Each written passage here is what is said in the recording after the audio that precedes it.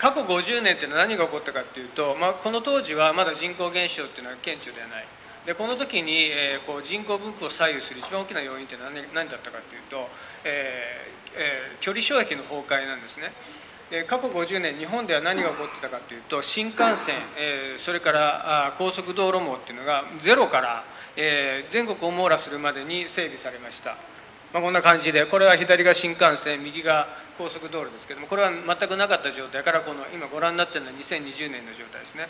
ここまで広がった。でこれと同時に、インターネット、スマートフォンが、普及して、瞬時のデータ、共有、瞬時のテキスト対話というのは当たり前になって、今ではオンライン会議も実用水準に達していると。でこの50年の変化っていうのは、しばしば距離障壁の崩壊っていうふうに表現されます。でこれは10万規模の都市で、今度は100万以上の都市ですね。これ現在11あります。これも比較的西から東まで分布しているんですけども、これ100年後になると4大都市に集約される。これもやはりその、西によるっていうのはありますけども、都市と都市の間は基本的には開いていくということです。で今もうこういうふうにどんどんその集約されて、持続可能な都市で減って、層に分布するようになっていくんですけども、今日本の政府っていうのはどういうこれに対してどういう対策をしているかというと、大きく分けて2つあって、まず1つはもう相場な的にあらゆるところで地域創生を進めるっていうことをやっています。でところがこれはうまくいかないわけですね。で本当に必要なのは選択と集中で、これは、東京とその他6つの代表的な地方都市、それから全国の人口の推移を示しています。で各都市と、全国の人口の1970年時の値を100にしています。で2025年以降は予測です。で過去の50年、70年から2020年の間に起こった変化の中で、この東京高速交通網のその整備によって東京一極集中が一気に進んだ、タイミングって2つあるんですね。で1つは、これちょっと映らないですけども、85年と80年から85年、そのもう一つは2000年から2005年のタイミングなんですね。で80年から85年の間で4つの都市が一気に人口が減っているのは分かると思います。でこれ何が起こったかっていうと、このまず80年までにブルーのラインは新幹線ですけども開通してですね、東京福岡間で、それに加えて赤のラインが加わっている。要するに東京開始で福岡から盛岡、それから新潟までがいっぺんにつながった直後が85年なんですね。でこれによって何が起こったかっていうと、地方がその東京に対して小都市である優位性を失ったんですね。はい、でこの予測っていうのはですね、日本の場合の予測っていうのを韓国の場合に当てはめてみたときに何がいるかっていうのを手短にお話したいと思います。まず人口スケールに関しては韓国っていうのは半分未満なわけですね、日本の。で面積に関しては4分の1だと。でこの時に何が起こるかって、まずスケールが小さいということで東京によりももっとソウルに集まるということが起こります。とにかく集積の経済っていうのはですね、シェアじゃなくてスケールが重要なんですね。ある程度集まってないと始まらないんですね。でそれがスケールが小さいとより集まるインセンティブが出てきます。で今度はそのエリアが小さいということなんですけども、これ日本ですけど丸で囲ってるのはソウルプサンの間っていうのは300キロぐらいですね。これ半径300キロのサークルがこれなんですけども、もうこのぐらいに韓国っていうのは収まってるわけですけども、もうこうすると福岡が伸びたって言いましたけど、あれは要するにですね、東京との競争から逃れられるから伸びてるんですね。で韓国の場合はもうそれができるところがほとんどない。ソウルとの競争から逃れるところがほとんどない。で明るい未来の可能性をここに示してるんですけど、どういう未来かというと、まずその地方はどんどん、小さくなっていくんですけども、それも悪いことばっかりじゃないと。日本の地方っていうのはですね、比較的その自然資源が豊かなんですね。ですので、そこで、土地集約的で、な産業に特化するということが可能である。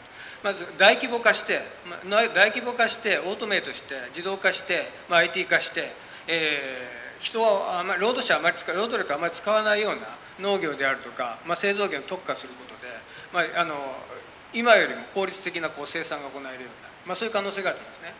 で一方で東京やソウルで住まうと。住む、そして消費する、サービスを供給する、発明をすると、そういったアクティビティに特化するのがこの都市である、また残った大都市である一方で地方ではラージスケールで生産すると。でこの補完関係がうまく構築できればそれほどその希望がないわけではない。 먼저 그래프에서 보시는 것처럼 대체적으로 2015년을 기점으로 해서 수도권의 어떤 집중 추세가 굉장히 가속화되는 현상을 나타내고 있습니다. 취업자 수 비중이나 지역 총 부가가치 비중에 있어서 2015년경을 기점으로 수도권의 어떤 과도하게 집중되는 경향들을 좀 보이고 있는데요. 이것에 대한 이걸 이제 지역의 어떤 성장률 차원에서 보게 되면 2015년 이전까지만 하더라도 각 권역 간의 성장률의 격차가 크게 나타나지 않았는데 2015년경을 지나면서부터 주력 제조업이 집중되어 있는 대경권과 동남권의 경우는 마이너스 성장률을 보이고 있는 것으로 나타나고요.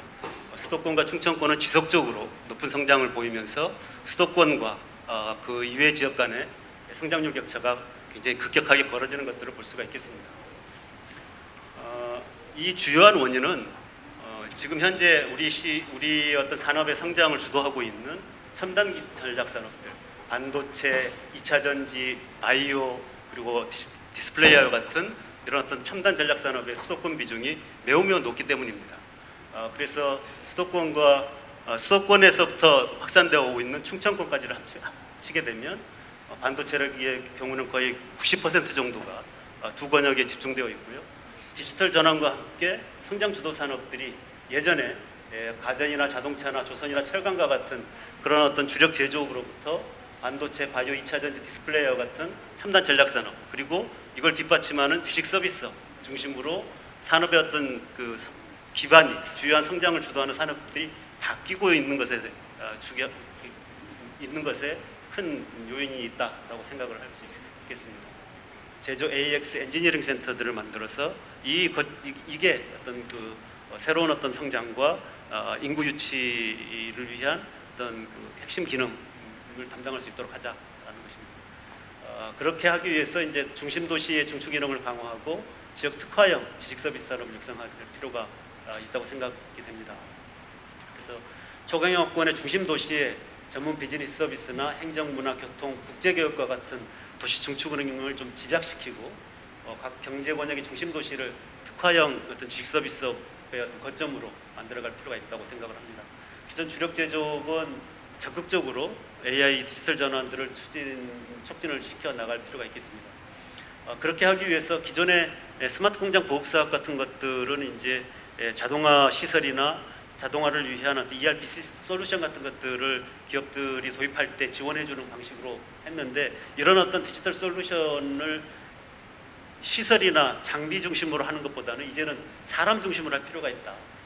이런 어떤 시설이나 솔루션을 운영할 수 있는 기술 인력이 제대로 뒷받침이 돼야지 기업에서 이런 디지털 전환을 통해서 생산성 향상을 가져올 수 있기 때문에 이제 그런 어떤 기술 인력을 뒷받침할 수 있는 어떤 정책 툴 같은 것들을 적극적으로 모색할 필요가 있겠습니다.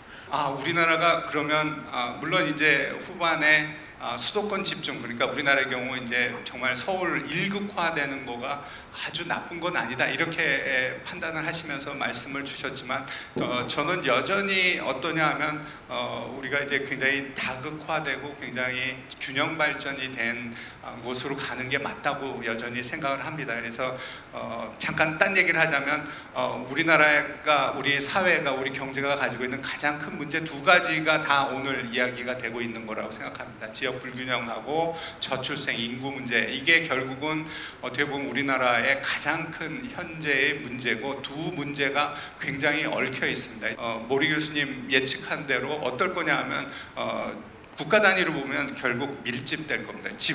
그러니까 지역 중에 일부 소멸되는 거를 인위적으로 막는 정책은 제 생각에는 굉장히 효과 없는 정책이 될 가능성이 굉장히 큽니다. 근데 하나 제가 생각할 때 우리나라가 중장기적으로 발전하는데 굉장히 필요한 요소면서 균형 발전에 도움이 될 수 있는 부분이 뭐냐 하면 지역의 연구개발 창업 시스템을 만드는 겁니다. 그래서 그거를 만드는 시스템으로 성공한 사례가 있는데 그게 어디냐 하면 포항공대입니다. 포항공대의 RIST라는 실용화 연구원, 연구소라는 그 모형이 있고 그 모형이 어떻게 작동하냐 하면 단순히 교수님들 뭐 굉장히 이렇게 좋은 아이디어 있는 것들이 이렇게 실용화 안 됩니다. 그러면 그거를 실용화할 수 있도록 기술적인 지원들을 하고요. 그래서 그 포항공대 사례를 저는 과기 특성화대학들 잘하는데 이런데 하나씩 이렇게 같이 만들어주고 그 기업이 하나가 같이 껴야 되겠죠. 그래서 그런 부분들이 그래서 지역 연구, 개발, 창업 그 시스템 자체가 조금 더 만들어지는 게 필요하지 않을까 이런 생각을 합니다. 그 부분은 아직까지 뭐라 그럴까 이제 지역 균형 발전론이 계속 살아있기 때문에 어떤 1괄 막자라는 그 정도까지는 안 갔다라고 보실 수가 있을 것 같은데. 뭐 지역균형 발전 정책이 돈이 많고 정부의 재원이 풍부하고 이렇다라고 보면은 편익을 그러니까 비용을 생각 안 하고 뭐 편익을 늘릴 수 있다라고 하면은 보면 바람직할 수 있는 정책이긴 합니다. 지금 이영 교수님, 이영 원장님 말씀하신 것처럼 수도권 집중으로 인한 피해들이 분명히 발생하고 있고 뭐 환경 오염, 주거비 상승 이런 것들이 우리가 우리 역시 1극화를 통해서 발생하는 문제이기 때문에. 그리고 비수도권 지역의 경제적 낙후성을 해결함으로써 이런 것도 좀 극복할 수가 있기 때문에 뭐 어떻게 보자라면 중요한 문제일 수는 있는데 이게 뭐 경제학자 입장으로서는 되돌리기가 어려운 것이기 때문에 그러니까 사적 인센티브만 가지고 지역 균형 발전을 할 수 있느냐? 우리 경제학자는 당연히 그런 질문을 던져야 되는데 그거는 굉장히 어렵다. 그건 굉장히 어렵다. 왜냐하면 교육이라든지 산업이라든지 서비스라든지 모리 교수님 서비스에 대한 이야기를 잠깐 하셨는데 서비스가 서울 근교에 이용하기 훨씬 쉬운데 그거를 역전해서 그러한 사적 인센티브를 역전해서 어떻게 보면 사회적 비용을 축소시키는 방법을 만든다? 그걸 인위적으로 만든다? 이거는 아주 작은 비용으로는 하기 어렵고 실제로 20년간 우리나라가 보여준 것 그리고 일본이 10년간 해왔던 것들에 반하는 정책, 그러니까 어려움을 보여주는 이런 사례들이라고 이야기할 수 있을 것 같습니다. 올해 4월에 통계청에서 인구 분석을 해서 발표를 했는데요. 이걸 보면서 저는 이거 잘못된 거 아닌가? 저희 연구원이 이제 뽑아왔는데 이거 수치 잘못된 것 같아. 다시 한번 확인 좀 해줘. 이랬었거든요. 저는 이제 인구 감소 지역 선정을 할 때 이제 8개 지표를 가지고 89개 지역을 선정을 했는데요. 그 지표들이 8개 지표들이 워낙은 뭐 서로가 약간 이렇게 다중공선성 뭐 이런 문제도 있고 해서 그냥 좀 직관적으로 알 수 있게 저는 인구의 데드크로스라는 수치를 주로 씁니다. 데드크로스라는 거는 사망자와 출생아 수만 가지고 한 거죠. 그래서 어떤 지역에서 사망자 대 출생아 수가 뭐 4.0 그러니까 하면 아기 하나 태어날 때 4명이 돌아가시는 그러니까 조금 직관적으로 볼 수 있는 건데요. 제가 2021년에 최고로 데드크로스가 높은 데가 어디였냐면 곡성인가 아마 그랬던 것 같아요. 한 명 태어날 때 한 7명 사망자가 나타나는 정도였는데 올해 4월에 발표한 자료에 의하면 경남 합천이 가장 높게 나타났는데요. 14.9 정도예요. 15명 정도. 그러니까 한 명 태어날 때 그 지역에서 15명 정도가 돌아가신다. 엄청난 거죠. 그러니까 그러니까 일본도 마찬가지지만 일본보다 우리가 더 심각한 인구 문제, 지역 문제, 이거는 굉장히 그 격차가 굉장히 고착화된다는 점, 특정 지역에만 계속 이렇게 심각한 상황이라는 점. 또 하나가 굉장히 속도가 불과 지금 5년 정도밖에 안 됐는데도 이 속도가 엄청나게 지금 가속화되고 있다 하는 것들을 좀 볼 수가 있었고요. 지금 인구의 데드크로스를 우리나라 229개 기초지자체, 물론 거기에는 제주도 2개하고 세종을 넣는데요. 공간 분석 때문에 220개 중에서 인구의 데드크로스를 이미 경험한 데가 92% 해서 210개 지자체가 돼요. 그러니까 19개 지자체를 제외하고는 다 인구의 데드크로스 절대 인구 감소에 들어갔다. 이미. 그래서 인구 문제는 특정 지역, 특정 인구 감소 지역에서의 문제라기보다는 우리나라 전체의 문제라는 점이고요. 또 꼭 이제 말씀드리고 싶은 게 하나가 있는데 그 지역 지역균형 발전, 지역 문제 이런 얘기를 하면은 돈 좀 더 주면 되지 않아 뭐 이런 얘기들을 많이 해요. 근데 오히려 저는 그게 더 지역을 더 망가뜨린다, 또 소멸에 이르게 한다라고 봅니다. 예산을 늘리는 게 문제가 아니라, 그래서 저는 큰 돈은 주지 않아도 좋아요. 잘 쓸 수 있게 지역의 여건에 맞게 주는, 그러니까 지원하는 방식을 좀 바꿔야 되지 않을까. 거기서부터 분권 또 균형 발전 얘기를 할 수 있는 게 아닐까 하는 생각을 좀 많이 하고 있습니다. 이렇게 시골에는 청년이 없는데 서울에 올라오면 여기도 돌아보면 청년, 돌아보면 청년이고, 또 뭐 교통이면 교통, 문화면 문화, 어떤 생활 인프라가 지역과는 격차가 너무 커서 역시 서울공화국이 맞다 이렇게 생각할 때가 한두 번이 아니었습니다.